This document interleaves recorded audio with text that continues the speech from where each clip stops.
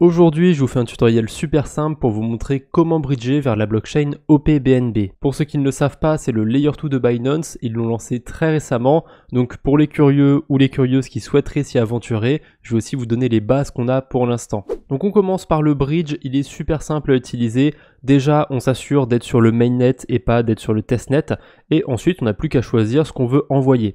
Alors pour l'instant, le bridge il va prendre en compte que la Binance Smart Chain, on sera obligé de partir depuis la Binance Smart Chain, mais je suppose qu'à terme, on aura probablement d'autres bridges qui nous permettront d'aller sur OPBNB, peut-être des bridges que vous utilisez déjà, XY Finance, Maison, Jumper, il y en a plein. En tout cas, pour l'instant, il faudra passer par le bridge officiel ou alors éventuellement, vous pouvez aussi passer par ZK Bridge.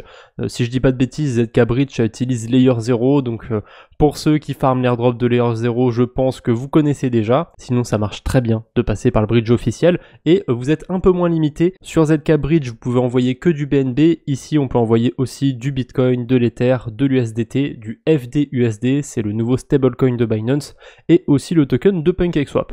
Moi, je vais rester avec du BNB, j'en ai envoyé un petit peu plus que 0,1 sur la blockchain OPBNB, ça devrait être suffisant pour que je puisse faire quelques carabistouilles là-bas, parce que les frais sont vraiment infimes. On n'est même pas sur de l'ordre d'1 centime, c'est en dessous de ça. Donc ensuite, pour bridger, il suffit juste de cliquer sur Deposit, on a une transaction qui s'ouvre, et d'habitude, j'utilise jamais MetaMask, j'utilise toujours Rabby.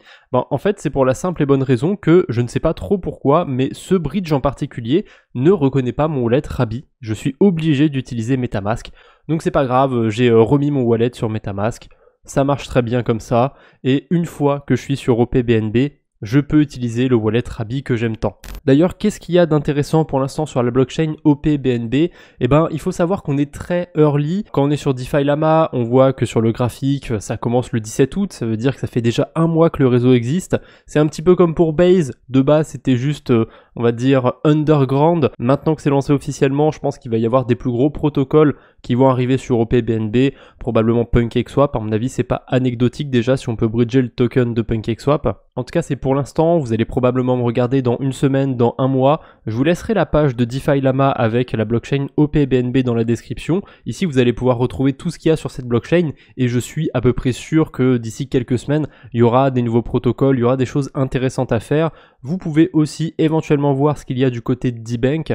Là, ce qui est plus intéressant, c'est que ça va répertorier déjà des protocoles qui existent sur cette blockchain, mais aussi des protocoles du coup que vous pouvez traquer sur votre portefeuille. Parce que D-Bank, ça sert à voir ce qu'il y a dans votre portefeuille, même quand c'est des cryptos déposés sur un protocole.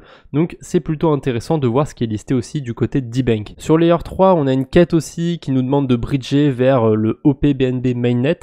Donc Layer 3, si vous ne connaissez pas, j'ai fait une vidéo sur le sujet déjà. C'est un site qui est vraiment cool, vous avez plein de quêtes autour de la DeFi, ça vous aide à découvrir en fait la DeFi petit à petit. Ça va faire office de guide en quelque sorte. Et pour valider la quête sur Layer 3, il ne faut pas utiliser le bridge officiel, il faut utiliser celui de Polyhedra, donc qui s'appelle maintenant ZK Bridge.